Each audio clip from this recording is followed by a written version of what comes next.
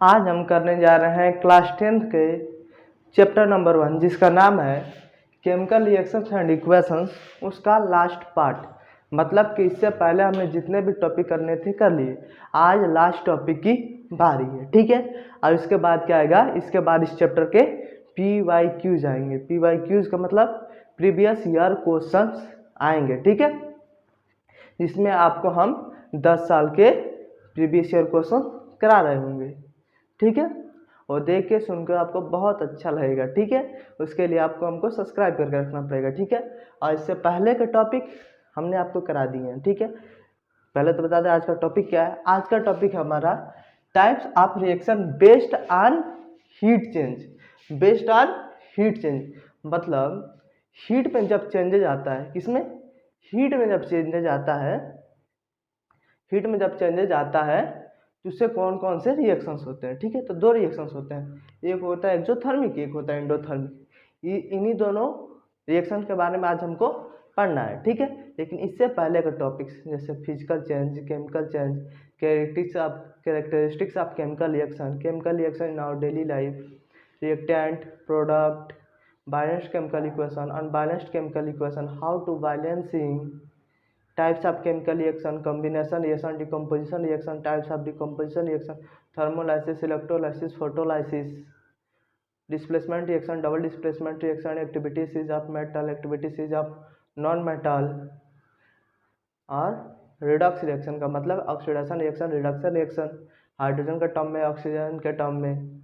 ये सारी चीज़ हमने पहले ही आपको करा दी है, किसके साथ, सारे एनसीईआरटी एग्जाम्पल के साथ, और एक भी रिएक्शन छोड़े नहीं है। बल्कि बोर्ड पे आपको जितना पढ़ा है 100% जब आप PYQ करेंगे कहीं भी करेंगे, अगर हमारा आप लेक्चर देखे रहेंगे तो जब भी आप PYQ करेंगे आपको 100% समझ में आ जाएगा कि वो जो आप PYQ कर रहे हैं वो कहीं ना कहीं मैंने पढ़ा है इस चैप्टर में, ठीक है। वैसे 10 साल के PYQ हम आपको खुद कराएंगे, ठीक है।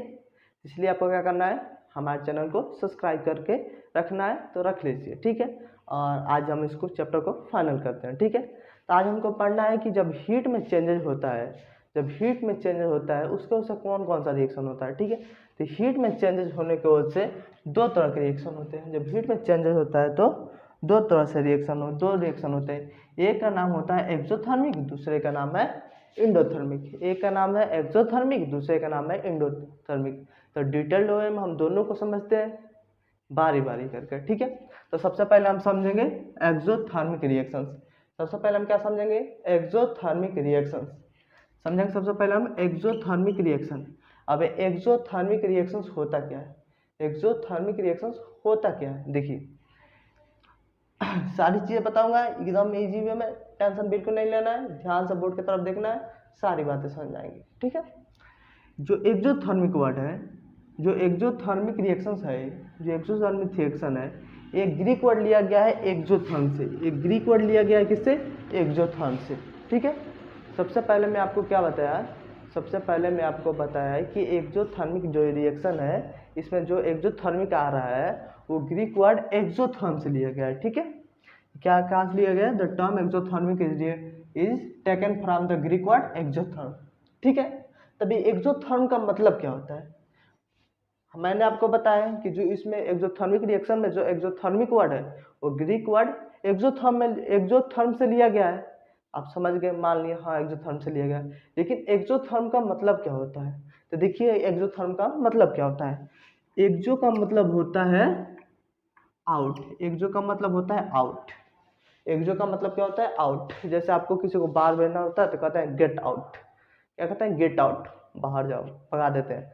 वैसे ये एक्सो का मतलब होता है आउट, एक्सो का मतलब होता है आउट। और थर्म का मतलब होता है, और थर्म का मतलब होता है हीट, थर्म का मतलब होता है हीट। एक्सो का मतलब होता है आउट और थर्म का मतलब होता है हीट। एक्सो का मतलब होता है आउट, थर्म का मतलब होता है हीट, ठीक है। देखिए मैं आपको बताऊं, एक ग्रीक वर्ड एक्सोथर्म में से लिया गया जिसमें एक्सो का मतलब हीट आउट होता है, थर्म का मतलब हीट होता है, ठीक है। अगर आपको किसी को घर में से बाहर करना होता तो आप बोलते हैं गेट आउट।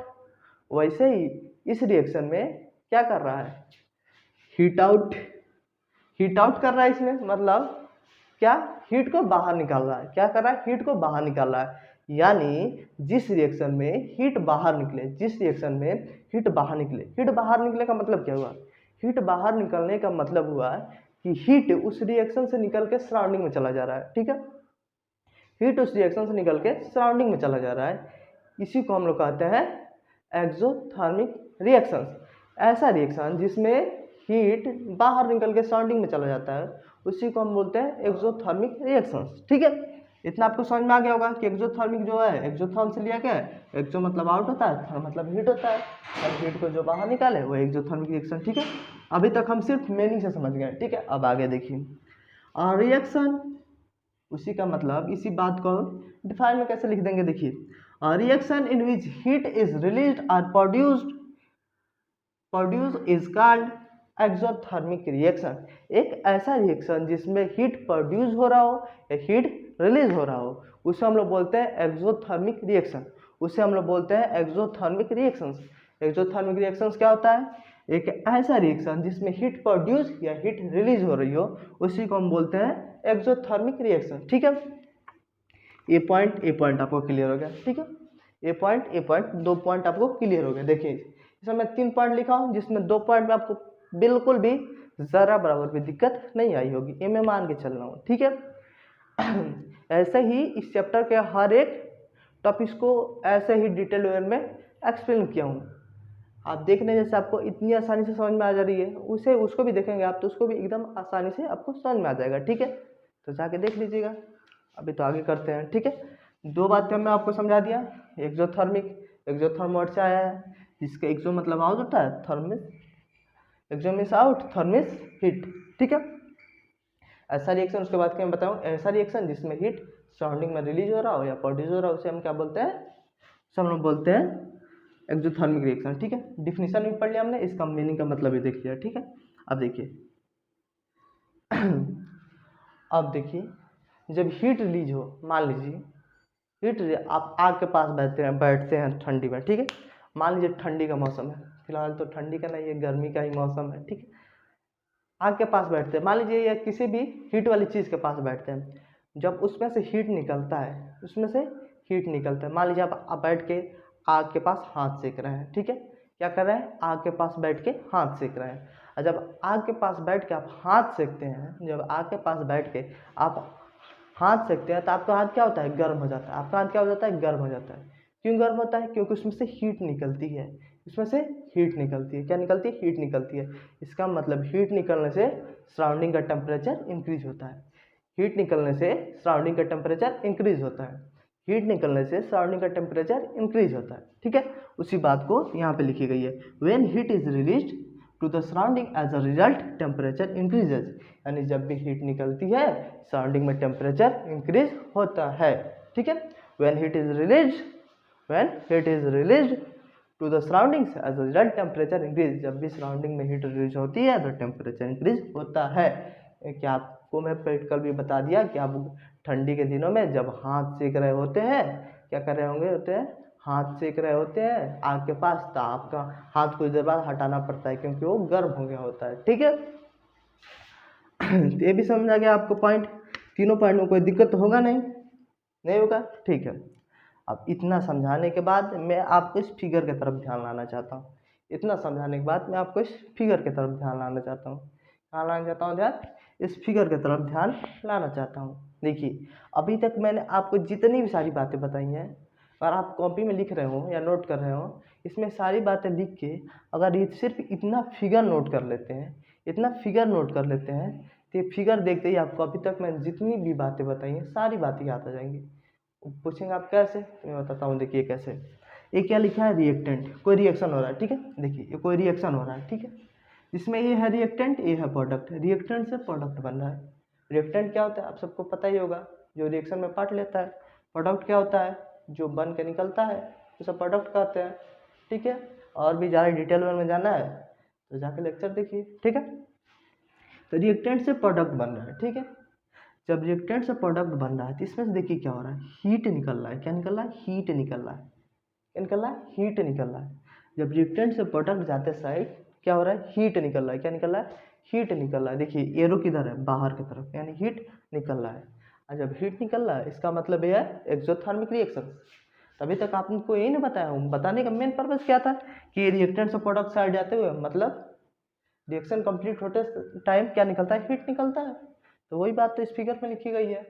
तो यानी नोट कर रहे हो आप इतनी सारी चीज़ों के साथ साथ, अगर आप ये नोट कर ले रहे हैं, फिगर भी अगर बना ले रहे हैं, तो आपको बहुत हेल्पफुल हो जाएगी। क्योंकि आप जब रिवाइज करेंगे, जब इस चैप्टर को आप रिवाइज करेंगे, तो आप पूरा एक्सोथर्मिक देखें। मान लीजिए आपके पास उतना टाइम नहीं है ताकि आप पूरा एक्सोथर्मिक को पढ़ सकें, या मान लीजिए यही तो सिर्फ टॉपिक पढ़ना नहीं होगा, बहुत सारे टॉपिक्स पढ़ने होंगे। तो जब आपका ये टॉपिक आए एक्सोथर्मिक रिएक्शन, तो इसमें आप सिर्फ एक फिगर देख लें तो आपको याद हो जाए, आपको मेमोराइज हो जाए कि इसमें क्या क्या हमने पढ़ा था। ठीक है, इसीलिए आप ये बना लेंगे तो आप ही की भलाई है। ठीक है, अब आपकी भलाई की बात हो रही है तो आप ज़्यादा समझदार हैं क्या करना चाहिए। ठीक है, अब इतना सब करने के बाद मतलब एक्सोथर्मिक रिएक्शंस में सब कुछ बताने के बाद मैं आपको एग्जांपल दे देता हूँ। ठीक है, एग्जांपल के साथ समझा देता हूँ। ठीक है, वैसे कोई डाउट होगा नहीं, लेकिन फिर भी एग्जांपल के साथ एक बार और समझा दे रहा हूँ। ठीक है, देखिए हमने क्या लिया है, कार्बन लिया है, हमने क्या लिया है, कार्बन लिया है, हमने ये क्या लिया है, कार्बन लिया है, ऑक्सीजन लिया है, क्या लिया है, कार्बन लिया है, ऑक्सीजन लिया है। जब कार्बन ऑक्सीजन मिल रहा है तो कार्बन डाइऑक्साइड गैस बन रहा है। क्या बन रहा है, कार्बन डाइऑक्साइड गैस बन रहा है। ठीक है, जब कार्बन और ऑक्सीजन मिल रहा है तो कार्बन डाइऑक्साइड गैस बन रहा है प्लस हीट रिलीज हो रहा है। ठीक है, जब जहाँ कार्बन और ऑक्सीजन मिल रहा है तो मिलके क्या बना रहा है, कार्बन डाइऑक्साइड, और क्या हो रहा है, हीट रिलीज हो रहा है, हीट रिलीज हो रहा है। यही तो है एक्सोथर्मिक रिएक्शन जिसमें हीट रिलीज होता हो। ठीक है, फिर देखिए जैसे ये मान लीजिए गर्म पानी है। ठीक है, गर्म पानी है और गर्म पानी में से आप हीट निकाल दे रहे हैं। हीट कैसे निकालेगा, उसको फ्रिज में रख दीजिए, या मतलब कैसे भी करके उसको ठंडा कर दीजिए। क्या कर दीजिए, ठंडा कर दीजिए। जब ठंडा करेंगे तो इसका मतलब क्या होगा, उसमें से हीट निकलेगा। ठीक, उसमें से हीट निकलेगा। तो देखिए गर्म पानी है, मतलब गर्म पानी करने का मतलब गैस है, क्या है, गैस है। वाटर वेपर फॉर्म है, वाटर किस में फॉर्म है, वेपर फॉर्म में, यानी स्टीम का फॉर्म में है। ठीक है, आप पानी को इतना ज़्यादा उबाल दिए, इतना ज़्यादा उबाल दिए हैं, मतलब गर्म कर दिए हैं कि वो वेपर के फॉर्म में हो गया। ठीक है, गैस के फॉर्म में हो गया। और जब ये गैस के फॉर्म में हो गया इसका मतलब क्या है, स्टीम का फॉर्म, मतलब स्टीम, स्टीम है। वाटर कितना है, स्टीम है। स्टीम से जब वाटर लिक्विड में आ रहा है, मतलब गैस से जब लिक्विड में आ रहा है, उसको हमने ठंडा किया है। तो ठंडा करने का मतलब क्या, हमने उसमें से हीट निकाला है। तो ये भी एक इसका एक्सोथर्मिक रिएक्शन का एग्जाम्पल है। ठीक है, तो आपको ये समझ में आ गया होगा। अब इसके बाद मैं आपको बताऊंगा एंडोथर्मिक। ठीक है, तो आपको ये नोट करना होगा, या तो आप नोट कर लीजिए या एक काम और कर सकते हैं, आप कम्युनिटी पोस्ट में जाइएगा, सेम चीज़ आपको मिल जाएगा नोट्स में वहाँ। इसका फोटो अपलोड में उस कम्युनिटी पोस्ट में कर देता हूँ। आपको क्या करना है, जाकर वहाँ पे लाइक करना है और कमेंट करके बताना है कि आपको नोट्स कैसा लग रहा है। ठीक है, और भी आप जो चाहे कमेंट कर सकते हैं। ठीक है, इतना करने के बाद एक बार और जल्दी से आपको क्या कर रहा हूँ, रिकैप कर दे रहा हूँ 30 सेकंड के अंदर। ठीक है, ताकि आपको एक बार और दिमाग में फिट हो जाए। ठीक है, तो उसमें देखिए हमने रिएक्शन दो प्रकार के होते हैं हीट के बेसिस पे, मतलब हीट चेंज होने से। ठीक है, एक होता है एक्सोथर्मिक रिएक्शन, एक होता है एंडोथर्मिक रिएक्शन। एक्सोथर्मिक रिएक्शन वो रिएक्शन होता है जिसमें हीट आउट होता है, ये फिगर देख के आप समझ जाएंगे। और उसके बाद हमने इसके एग्जांपल बता दिए आपको। ठीक है, तो क्या करेंगे आप, अब मैं आपको बताता हूँ व्हाट इज एंडोथर्मिक रिएक्शन। ठीक है, तो एक्सोथर्मिक करने के बाद अब हम करेंगे एंडोथर्मिक। एक्सोथर्मिक करने के बाद अब हम करेंगे एंडोथर्मिक। ठीक है, दो टाइप के रिएक्शन हम हीट के चेंज पर पढ़ रहे थे, जिसमें एक था एक्सोथर्मिक, दूसरा था एंडोथर्मिक। तो एक्सोथर्मिक तो हमने बहुत ही इजीली तरीके से समझ लिया। ठीक है, अब बारी है समझने की हमको एंडोथर्मिक। अब हमको क्या समझना है, एंडोथर्मिक। ठीक है, देखिए the term endothermic is taken from the Greek word endotherms. ठीक है, जो ये एंडोथर्मिक रिएक्शन में जो एंडोथर्मिक लिखा है, एंडोथर्मिक, ये किससे लिया गया है, ग्रीक वर्ड एंडोथर्म से लिया गया है। किससे लिया गया है, एंडोथर्म से लिया गया है। ठीक है, जिसमें एंडो का मतलब होता है इन, एंडो का मतलब इन, और थर्म का मतलब हीट होता है, पहले आपको बताया हूँ। ठीक है, जैसे आपको किसी को मान लीजिए कोई आया तो आपको बोलना होता है क्या, कम इन।